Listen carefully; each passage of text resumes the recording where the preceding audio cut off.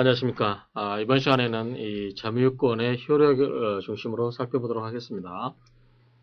자, 점유권의 효력에 관해서 먼저 이제 보시면 이 점유는 이제 그 본권에 이 공시적 효력이 있다라고 하는 건데, 점유의 공시력이 있고, 그 다음에 우리 민법에 보면 그다음에 점유의 공신력이 있고 점유의 추정력.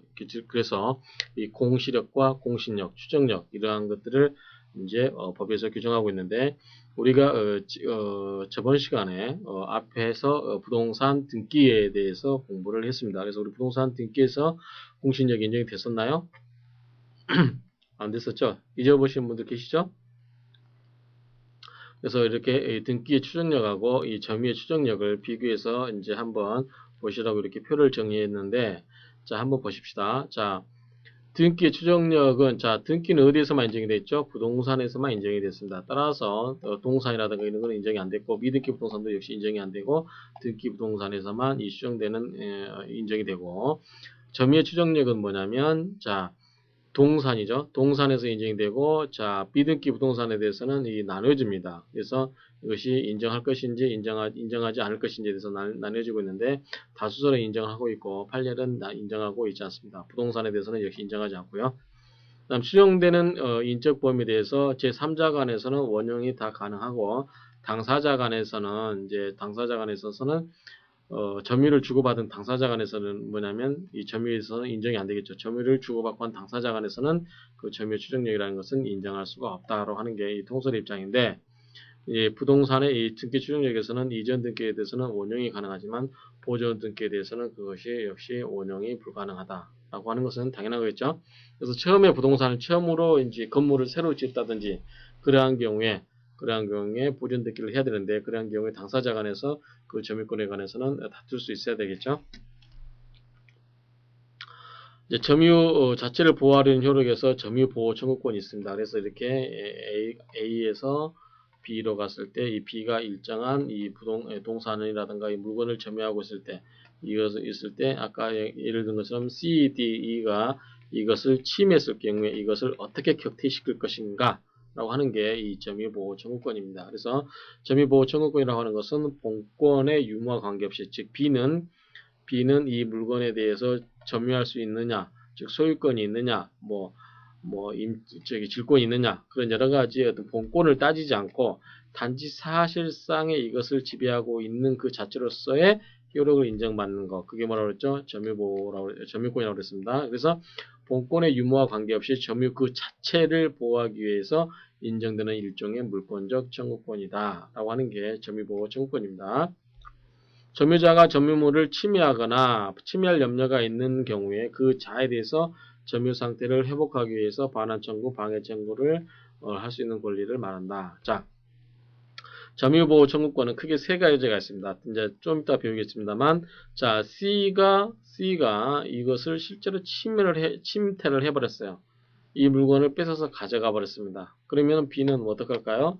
뭐 자력구제를 행사할 수 있는 것은 별개로 치더라도 B는 어떻게 합니까? C한테, 자, 첫 번째 경우수를 나눠보죠. 자, 물건을 C가 와가지고 물건을 훔쳐서 가버렸어요. 이럴 경우 어떻게 합니까? 이것은 물건은 어떻게 됩니까? 반환이겠죠. 반환 청구가 가능해야 되겠죠. 반환 청구권이 인정이 돼야 되겠죠. 두 번째는 이 B가 이 물건을 지배하고 있는데, 이번에는 D가 와가지고 이 물건을 방해를 하고 있어요. B가 점유하고 있는데 이것을 뭐 방해를 하고 있다. 그런 경우는 뭐가 있을까요? 두 번째는 방해,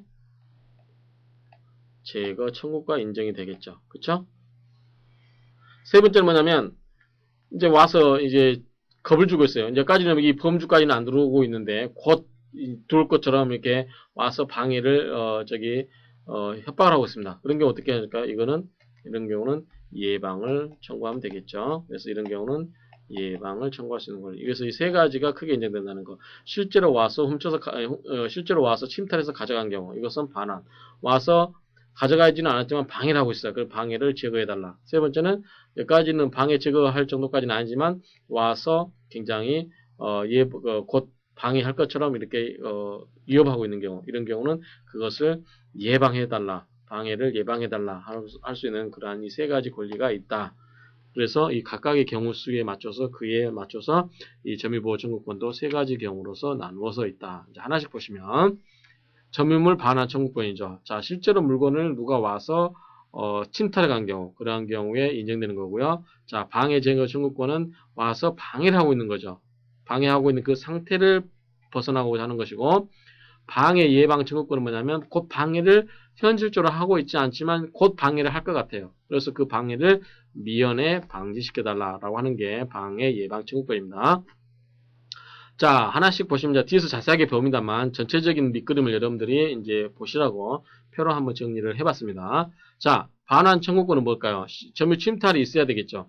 방해 제거 청구권은 뭘까요? 점유의 방해가 있어야 되는 거고, 방해 예방 청구권은 방해가 현실적으로 이루어져 있습니까? 안 이루어지고 있습니까? 이루어져 있지는 않지만 방해할 염려가 있어야 될 거죠. 그래서 요건 당연한 거죠.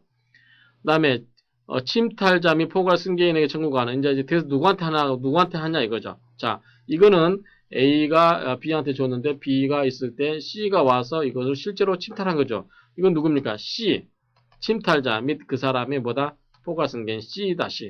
그래서 침탈자 및 포괄 승계인에게 청구가 가능하다. 그런데 이 C에서 D한테 넘어간 이건 뭐다?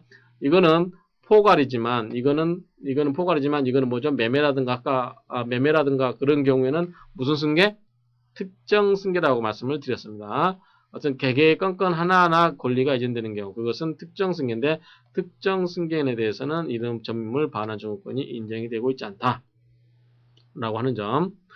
그 다음에 방해 제거 청구권은 역시 방해가 이루어야 되고 그 다음에 손해배상 청구도 가능한데 손해배상 청구는 항상 뭐다? 고의라든가 과실이 필요합니다. 그 다음에 이러한 이 방해 예방 청구권에서는 염려 여부, 방해할 염려가 있어야 되는데 방해할 염려 여부, 존재 여부는 보통 이제 흔히 우리가 이야기하는 사회 통념적으로 판단한다라고 하는 거죠.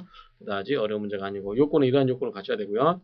그래서 이건 여러분들 요건 외울 필요가 없고 구체적으로 하나씩 이렇게 그림을 그려가면서 공부를 하시면 머리에 잘 들어올 겁니다. 그 다음에 방해증거 청구권은 이거 손해배상 청구 다 마찬가지입니다. 그 다음에 이 사람은 방해 예방을 하거나 또 뭐다? 침해 당했을 때 그 보상하기 위해서 담보를 해달라고 할 수 있죠. 그래서 이 예방 청구권이나 담보 청구권 둘 중에 하나만 청구를 하면 되는 거죠. 만약에 예방도 해놓고 담보도 달라고 하면은 뭡니까? 이거는 너무나 이 사람을 보호하는 거죠. 그렇죠? 그런 경우는 목적 달성이 하나, 예방이라든가 담보로서 둘 중에 하나로서 다 해결될 수 있기 때문에 굳이 다 인정할 필요는 없다라고 하는 점입니다. 제척기간은 자 침해당한 날로부터 1년, 자 방해가 종료한 날로부터 1년, 그 다음에 방해 제거 청구권과 방해 예방 청구권은 뭐가 있냐면 두 가지 1년이 있지만 이러한 별도로 이러한 기간 외에 공사 착수 1년이 경과 또는 완공된 후에는 이것을 청구가 불가능하다. 마찬가지로 예방도 이러한 경우는 1년이 경과되거나 또는 완공된 후에는 불가능하다. 왜 그런 거 아니? 자, 어떤 장소에서 이렇게 건물을 짓고 있습니다. 건물을 짓고 있으면 자, 이 건물을 짓고 있으면 이것을 공사가 다 완공된 다음에 건물이 다 지어진 다음에 이것을 제거해달라. 내 토지의 점유를 방해하고 있으니까 제거해달라고 하기에는 이것이 뭐다? 부가가치가 이미 많이 생성이 돼버렸죠. 따라서 하려면 미리서 이 건물 짓고 있는 중에 또는 지으려고 막 했을 때 이렇게 이것을 주장해가지고 권리를 주장해야 되는데 이거를 나중에 가만히 있다 이 건물이 다 지는 다음에 저 사람이 건물 다 지면 내가 저 사람 골탕 먹여야지라고 생각하고 이것을 건물이 다 완공된 다음에 이것을 그때 가서 행사해야지라고 하는 것은 이 사람에게 너무 신의치기 받았다고 할 수 있죠. 그래서 미리서 권리를 행사하려면 미리서 행사해라 라는 취지로 이해하시면 됩니다. 예방도 마찬가지고요. 그래서 그런 경우 이해하시면 됩니다. 근데 점유물 반환 청구권은 뭔가 실제로 갖고 있던 물건이 침탈된 거기 때문에 뭐 진행 중에 있는 물건은 없죠. 따라서 이런 것은 뭐 이렇게 공사 착수 1년이 경과한다든지 완공됐다든지 그런 말이 필요가 없는 개념이죠. 자력구제. 자, 자력구제는 뭐냐면 본권자의 자력구제와 점유보호 청구권 한번 보십시다. 자, 자, A가 있고, B가 있고, C가 있을 때 우리는 항상 B가 이제 직접 점유자라고 가정을 한다고 했습니다. 그런 경우에, 자, 민법에는, 본권자, 즉, A에게, 이 사람은 본권자입니다. 간접 지배하는 자. 본권자에게 자력구제에 관한 규정을 두고 있지 않으나, 독일은 이러한 경우에도 자력구제를 인정해주고 있습니다. 그래서, 우리 일반적인 견해로는 이제, 법에는 규정이 없지만 역시 본권자에게 이것을 인정해주자라고 하는 게 일반적인 견해다라고 하는 겁니다. 그 다음에 점유자의 자력구제와 점유보청구권. 민법에서 점유자의 자력구제를 인정하고 있고 자력구제와 점유보청구권은 서로 보완적인 점유를 보호하고 보완적으로 점유를 보호하고 있다. 자, 뭔 말이냐면, 자, 이때 B가 직접 점유자입니다. 아까 자 점유보조자와 B에서 설명을 했습니다. 이때 C가 이때 이 사람을 B로부터 물건을 빼앗아서 도망을 가고 있다. 뭔가를 하고 있다. 그럼 B는 어떻게 할 수 있다? 직접 쫓아가서 C의 목덜미를 잡고 물건을 다시 뺏어오는 거. 이게 뭡니까? 이게 자력구제죠. 가서 실제로 자력구제를 행사할 수 있는 거죠. 두 번째, 이 B는 C에 대해서 뭘 할 수 있죠? 자기가 원래 점유자로서 점유권에 기한 뭘 수 있다? 점유보호 청구권을 인정할 수 있겠죠. 그래서 자력구제도 인정되고 점유보호도 인정이 된다라고 이렇게 이해를 아까 설명을 드렸습니다. 그래서 이러한 경우에 이 침탈자에게 점유를 하고 있는 경우는 자력구제권을, 점유가 종료된 경우는 점유보호청구권을 다 행사할 수 있다. 이렇게 이해하시면 됩니다. 그 다음에 본권 취득적 효력은 뭐냐면, 자, 점유자입니다. 현재 물건을 이렇게 점유하고 있는 B가 있을 때, 이 B가 이것을 점유하고 있음으로써 어떤 권리를 행사할 수 있느냐, 본권을 행사할 수 있느냐 하는데, 자, 선의 점유자, B가 선의 점유자면 보다 과실을 취득할 수 있는 권리가 있다. 201조. 점유물의 멸실 훼손에 대해서 책임이 경감된다. 왜냐하면 이 점유하고 있다가 어떤 목적물이 이러한 점유물이 멸실되거나 훼손됐을 때 그러한 책임을 경감시켜주고 있고, 그 다음에 이 점유함으로써 이 점유물을 보존하기 위해서 어떤 비용이 지출된 경우에 그 점유자에 대해서 점유물을 다시 회수해가는 사람에 대해서 뭘 할 수 있다? 비용을 달라고 할 수 있다. 그 다음에 시효취득이 20년간 점유하게 되면 시효취득 가능하죠? 시효취득권도 인정이 되죠. 그 다음에 무주물 선점에 관한 내용도 다 이렇게 점유권에 기해서 이러한 것이 인정될 수 있다. 여러분들이 자세한 내용은 이러이러한 법조문을 반드시 찾아보시기 바랍니다. 법조문 201조, 202조, 203, 200, 246조, 252조, 245조 이러한 내용을 한번 살펴보시기 바랍니다. 그 다음에 이제 권리의 추정력입니다. 추정력인데 처음에 배웠던 거는 이제 여러 가지 점유권에 기한 여러 가지 권리를 공부하시는 거고, 이번에는 추정력에 대해서만 한번 공부를 하시죠. 자, 점유 모습에 관한 추적. 점유자는 소유의 의사로 선의, 평온, 공연하게 점유한 것으로 추정한다라고 했습니다. 근데 우리가 아까 선의, 자주점유 이렇게 배웠었죠. 자주점유라고 하는 것은 선의라고 하는 거고, 자주점유라고 하는 것은 소유의 의사고, 선의는 선이고, 이런 걸 다 추정이 되지만, 이러한 경우에, 선의의 경우에, 자, 무과실은 추정이 된다, 안 된다? 안 된다라고 했습니다. 그래서 이 무과실은 점유자 스스로 추정되지 않기 때문에 입증을 해라, 라고 하는 게 이 판례의 취지다라고 하는 겁니다. 선의의 점유자라 할지라도, 본권에 관한 소에서 패소한 때는 그 소가 제기된 때로부터 악의의 점유자로 간주된다라고 하는 점이 민법에 규정되어 있습니다. 그래서 이런 경우는 이 소가 본권에 관한 소에서 패소한 때는 그 소가 제기된 때부터, 언제부터? 패소한 시점으로부터 되는 게 아니라 처음부터 그 소가 제기된 때로부터 악의의 점유자로 간주가 된다 라고 하는 건데, 참고 내용은 한번 여러분들 읽어보시는데 약간 내용의 차이가 있습니다. 뭔 말이냐면, 자, 점유자가 소유자를 상대로, 자, 원래 소유자 A가 있었는데, 자, 이것을 B한테, B가 점유자입니다.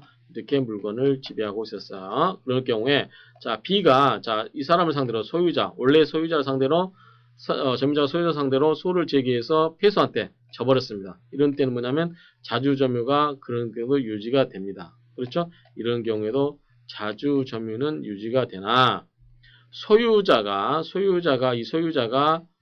점유자 B를 상대로 소송을 제기한 경우, 이런 경우는 점유자가 패소한 때, 이런 때는 어떻게 되냐면 이것은 판결 확정 시점부터 뭐다? 타주 점유자가 된다라고 하는 점이 차이겠죠. 그래서 앞에 거는 처음부터 계속 자주 점유자로 인정이 되는데, 즉 내가 처음부터 점유자라고 생각을 하고 점유하고 있다가 시효 기간이 됐다고 생각해서 원래 소유자한테 자 내가 처음부터 소유하고 있었으니까 소유권 넘겨주시오라고 소송을 제기한 경우는 그 사람이 비록 패한다 할지라도 처음부터 그 사람의 자주점유사로 추정이 되지만, 자 이번에는 거꾸로 이 소유자가 점유자에 대해서 상대로 소송을 제기한 경우는, 이런 경우는 점유자가 패소한 때는 어떻게 된다? 판결 확정 시부터 그 사람은 뭐다? 자기가 자기 점유유사로 추정받지 못한다라고 하는 점이 다르다라고 하는 점을 이해하시기 바랍니다. 점유 계속의 추정은 인정이 됩니다. 그 다음에 적법 추정도 인정이 되죠. 그래서 일반적으로 점유자가 점유에 대해서 점유물에 대해서 행사하는 권리는 적법하게 보유한 것으로 추정을 한다. 그 다음에 무과실은 추정이 되지 않는다라고 했습니다. 그래서 판례에는 한번 이 무과실의 입증 책임에 관해서 누가 해야 된다? 그 주장자에게 입증 책임이 있다라고 하는 점. 그래서 무과실은 추정이 되지 않는다라는 점을 지금 몇 차례 강조하고 있습니다. 그다음 등기를 공시하는 부동산 물권에는 적용되지 않습니다. 그래서 자 민법 200조는 이 동산에 관한 규정이기 때문에 미등기 부동산의 경우에도 그에 따라서 의거 점유 추정력을 인정할 것은 아니며 이때는 통상의 입증에 따라서 권리자를 가려야 된다라고 하는 건데, 등기를 공시하는 부동산 물권은 당연히 인정이 되지 않습니다. 적용이 되지 않습니다. 추정의 효과. 자, 점유자의 이익 불이익을 위해서 추정한다. 이게 무슨 말이냐면, 이게 점유하고 있으면, B가 이 물건을 점유하고 있으면 이 사람이 적법한 자로서 추정이 된다 할 경우에 이 사람의 이익뿐만 아니라 모두 불이익, 즉 좋은 것만 점유를 주장할 수 있는 게 아니고 아울러서 좋은 걸 주장하면 나쁜 점도 같이 추정이 된다라고 이야기를 할 수 있다라는 취지입니다. 추정의 효과는 제3자도 원형이 가능하다. 자, 임차인이 그 임차 동산을 점유하고 있는데 제3자가 동산의 소유권을 그 동산의 반환을 청구하는 경우에 임차인이 그 동산의 소유권이 임대인에게 있다고 주장하면 간접점유 추정력에 의하여 그 주장 사실이 추정되므로 제3자가 그 반대 사실을 주장 입증해야 된다라고 하는 겁니다. 이때 이러한 제3자는 여기서 말하면 임차인이겠죠. 그래서 임차인이 주장하게 되면 원래 소유자의 그러한 점유가 추정이 된다라고 하는 점입니다. 자, 소유자로부터 권리를 취득하였다는 이유로 점유하는 자는 그 소유자에 대해서는 추정을 원용하지 못한다라고 하는 겁니다. 그래서 소유자로부터 권리를 취득하였다는 이유로 점유하는 자는 그 소유자에 대해서는 추정을 원용하지 못한다라고 하는 겁니다. 자, 선의 점유자의 과실 취득권. 자, 이게 뭐냐면 이제 A가 있고 이제 B가 있고 이렇게 B가 이러한 그 물건을 점유하고 있는 경우에 이 사람 마음 씀씀이가 어떠냐에 따라서 여기에서 발생되는 과실을 어떻게 할 거냐라고 하는 겁니다. 자, B가 선의입니다. 선의 점유자의 과실 취득권. 자, B가 선의이면 착한 마음을 먹었으면 자, 여기서 나오는 과실권도 과실 수취권도 인정을 해주고 있습니다. 그 다음에 악의 점유자. 만약에 B가 선의가 아니고 악의인 경우는 이 수취한 과실을 돌려줘야 됩니다. 돌려주고 소비해버렸다. 그 다음에 과실로 수취하지 못했다. 예컨대 어떤 과실로 부주의로 B가 부주의로 인해서 그러한 과실을 수취하지 못한 경우, 이런 경우는 그 대가를 보상해야 된다라고 하는 겁니다. 그러면 자, 선의 점유자가 이러한 과실 취득권을 인정하려면 어떤 요건이 있어야 되냐라고 하는데, 이런 경우는 과실 취득권을 포함한 본권, 소유권, 지상권, 전세권, 임차권 등을 가진 것으로 오신해야 된다. 그러한 것을 자기가 권한이 있다라고 믿어야 된다라고 하는 거죠.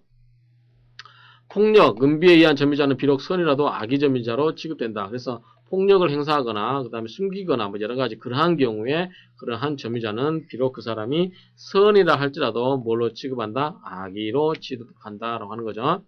그러면 이제 효과로서 과실 취득되는데 과실이 어떤 거냐, 범위가 어떤 거냐라고 하는 거죠. 그래서 선의 점유자는 점유물에서 생기는 과실을 취득할 수 있다. 따라서 과실을 취득할 수 있다라고 하기 때문에 그 사람이 정당한 권한에 의해서 과실을 가질 수 있는 거기 때문에 그 과실이 그 사람에게 뭐가 된다? 부당이득이 되지 않는다. 따라서 부당이득 반환 의무를 지지 않는다라고 하는 취지죠. 그 다음에 그 과실의 범위는 법정과실, 천연과실, 물건의 사용이익 다 포함이 됩니다. 자, 천연과실은 뭐 과수나무에서 열리는 뭐가 있을까요? 과실이 되겠죠? 그렇죠? 뭐 사과나무에서 사과라든가 그런 거. 법정과실은 뭘까요? 이자겠죠? 당연히. 이런 것들 다 포함될 수 있다고 하는 거죠. 수취의 범위는 적극적 과실 취득권에 따라서 수취한 과실의 전부다 라고 보는 게 이 다수설입니다. 자, 과실을 취득할 수 있는 그 범위에서 부당이득 성립을 배제한다. 아까 말씀드렸죠. 자, 과실을 정당하게 취득할 수 있다라고 하는 것은 그 사람이 그 과실을 취득할 수 있는 권리가 있기 때문에 그것이 부당이득이 되지 않는다라고 하는 거죠. 판례는 여러분들이 한번 읽어보시고요. 그 다음에 선의 점유자의 과실 취득권과 불법행위에 의한 손해배상 책임은 경합한다. 경합한다는 것은 이 선의 점유자가 알아서 자기한테 유리하게 행사할 수 있다라고 하는 겁니다.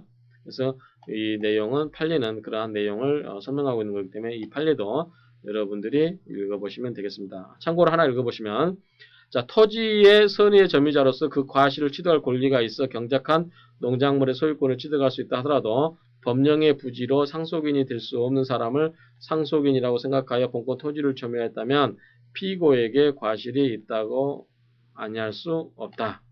즉 과실이 있다라고 하는 거죠.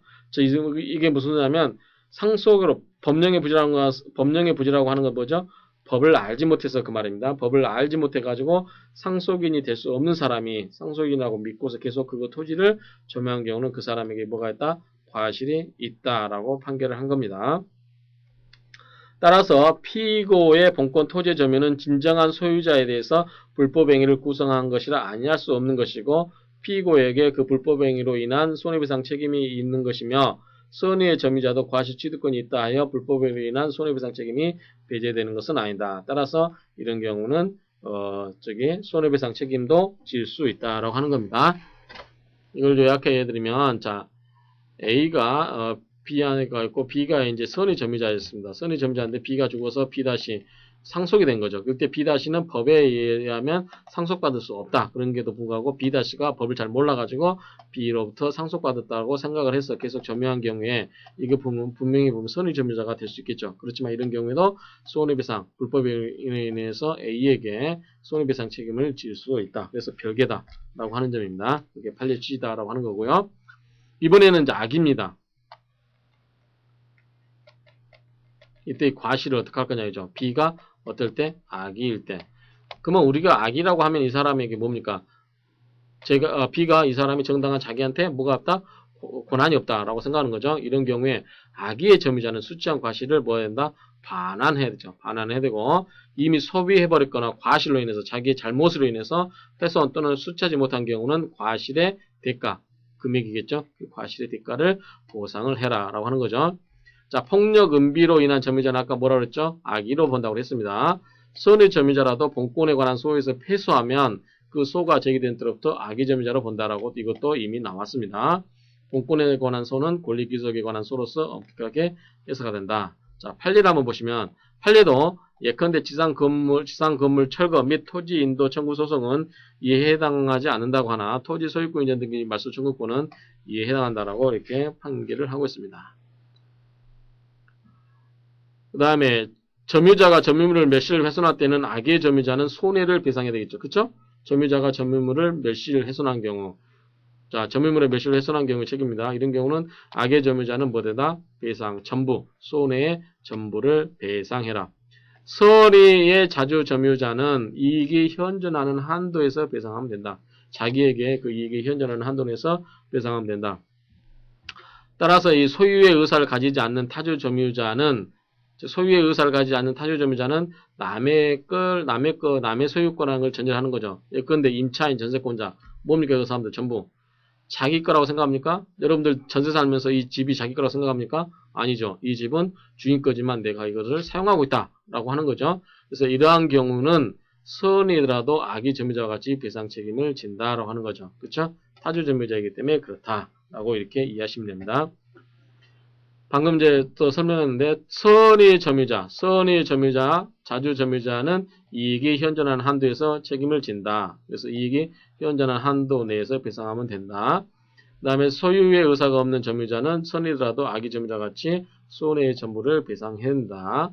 그 다음에 악의 점유자와 타주 점유자 책임은 전손해. 그래서 이익이 현존하느냐, 모든 손해에 대해서 배상하느냐라고 차이점이 있는데 이것은 금액이 큰 차이가 있겠죠. 그렇죠?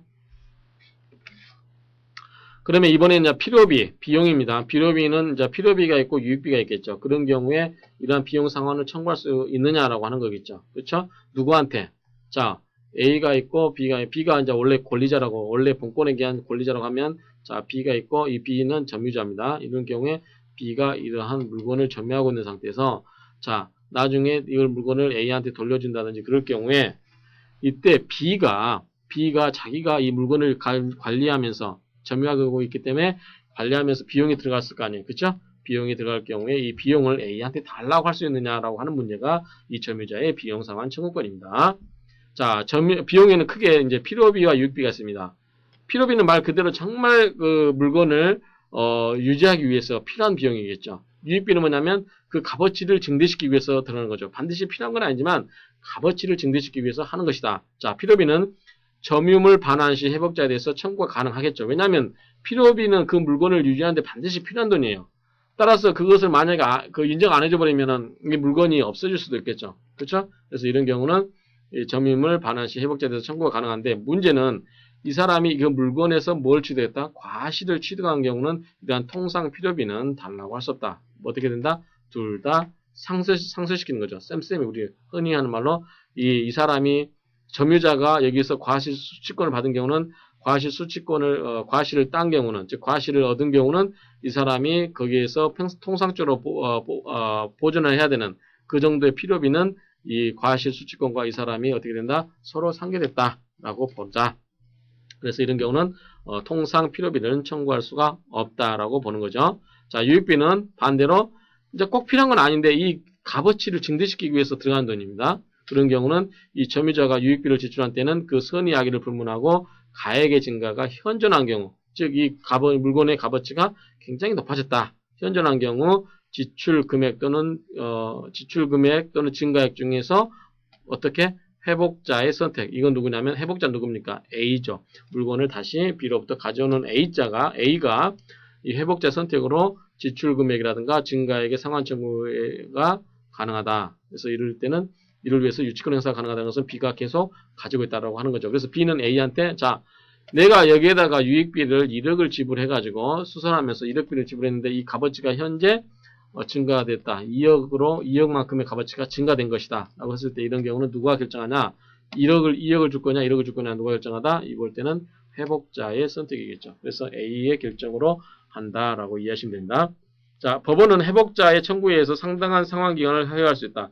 무슨 사례냐면 이럴 때 돈이 당장 A한테 없을 수 있잖아요. 그런 경우는 A는 법원에다가 자, 내가 이것을 줄 수는 있지만 이것을 기간을 좀 늘려달라라고 하는 거죠. 자, 여기서 키포인트. 필요비라든가 유익비 상환 청구권은 선의, 악의의 점유자 모두에게 인정된다. 그래서 우리가 통상적으로 악의의 점유자에게는 인정되지 않는다라고 이렇게 하는 경우가 있는데 악의의 점유자의 경우에도 그러한 비용을 상환을 청구할 수 있다. 당연하겠죠. 아무리 그 사람이 나쁜 마음을 먹고 있다 할지라도 그 사람이 그것을 돈을 들여서 수리하지 않았더라면 물건이 이미 이 세상에서 없어지고 값어치가 없다라고 하게 되면 결국은 그 물건의 원래 소유자도 굉장히 뭡니까? 손해겠죠. 따라서 그러한 물건의 악이라 할지라도 그 물건을 보호함으로써 궁극적으로 누구한테 이익이 된다?